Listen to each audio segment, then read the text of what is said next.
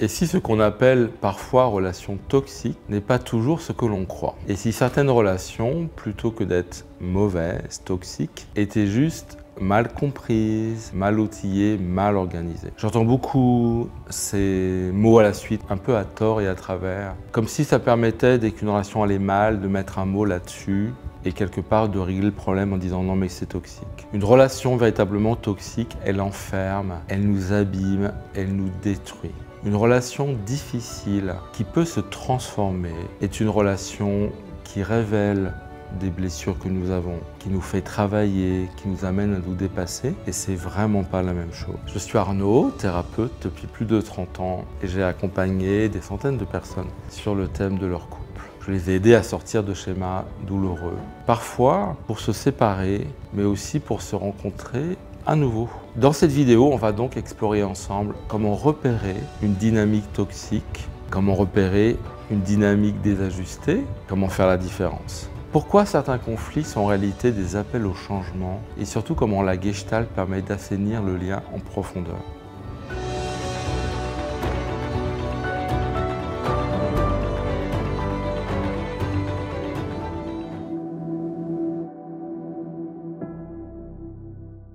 Quand on parle donc vraiment de relations toxiques, une relation qui fait du mal, quand on est pris dans une relation où on a de la douleur, certaines personnes vont avoir tendance à chercher un coupable, à savoir l'autre. C'est lui qui me manipule, c'est elle qui me rabaisse et inversement. Mais si on regardait un peu plus loin que la surface, en Gestalt, on comprend le couple comme un révélateur.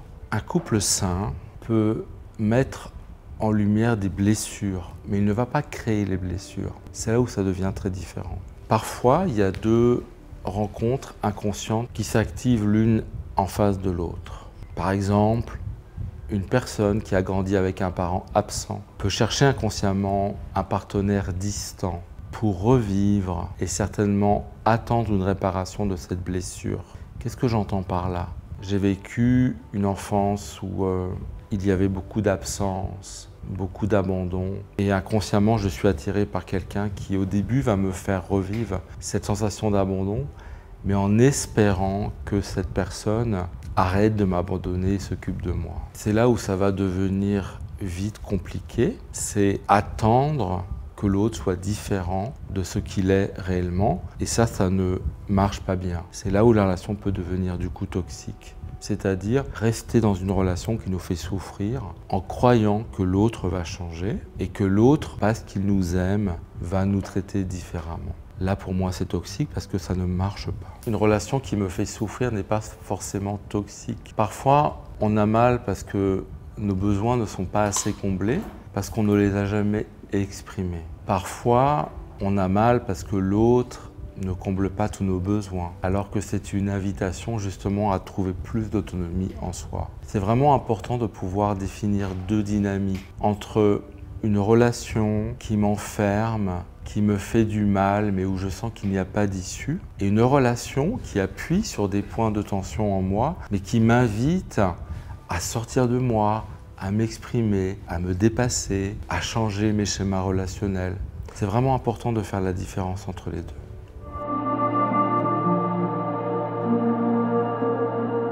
Quand on est en souffrance dans une relation, souvent on ne parle plus vraiment. On s'accuse soi-même, on se reproche et peut-être on se tait. La vraie communication, ce n'est pas crier ni fuir. En Gestalt, on apprend à parler de soi. On pourrait dire aussi depuis soi, et non pas sur l'autre. Plutôt que de dire « tu ne fais jamais attention à moi », on apprend à dire « je peux me sentir seul en ce moment, j'aurais besoin que tu me regardes plus ». Vous sentez la différence? C'est une nuance immense. Parce qu'on sort du blâme pour revenir au lien. De la même manière, on apprend à écouter activement, pas pour répondre, se défendre, mais pour comprendre ce que l'autre vit ici et maintenant. Cette forme de parole engageante et d'écoute vraie permet de remettre du respect, de la sécurité et souvent une vraie réconciliation là où il n'y avait peut-être plus de possibilités.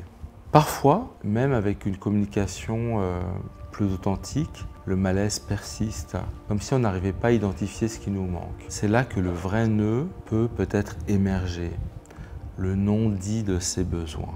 On attend que l'autre devinent, on espère qu'ils comprennent sans qu'on ait à le formuler, parce qu'on n'ose pas. Parce que soi-même, on n'a pas reconnu la légitimité de notre besoin. L'amour ne suffit pas à le deviner.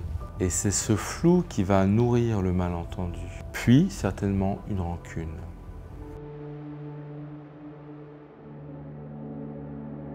Souvent, derrière chaque conflit non résolu, il y a un besoin qui n'est pas reconnu. Besoin d'attention, besoin d'espace, besoin de toucher, de reconnaissance, de sécurité, de partage.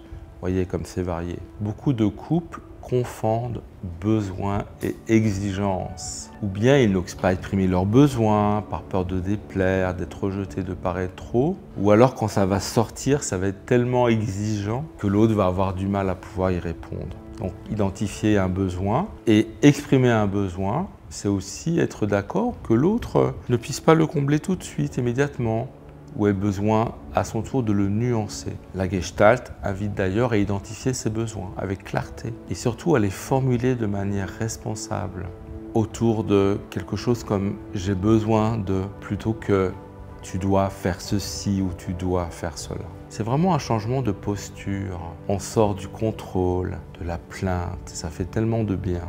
Et on revient à une demande claire, posée, respectueuse. Ce mouvement ouvre la porte à un nouveau cycle du contact. On entre en lien, on se sent vu, on regarde l'autre, entendu, on entend l'autre. Et au fur et à mesure, la confiance se rétablit. C'est souvent comme ça que les choses se résolvent, pas par des grandes promesses, mais par des actes concrets au quotidien, où chacun apprend à dire sa vérité sans blesser l'autre et à écouter la vérité de l'autre sans la fuir ni dire que ça n'est pas la vérité. Si par contre vous avez l'impression que vous êtes vraiment dans une relation toxique, ça peut être nécessaire de consulter pour vous aider à comprendre quelle est votre dynamique et comment vous pouvez sortir de cette relation qui ne comblera pas vos besoins. Si le sujet vous a parlé, j'ai fait une autre vidéo sur la dépendance affective qui va vous donner aussi beaucoup de réponses sur comment changer de mode de fonctionnement. À très vite, merci de votre écoute.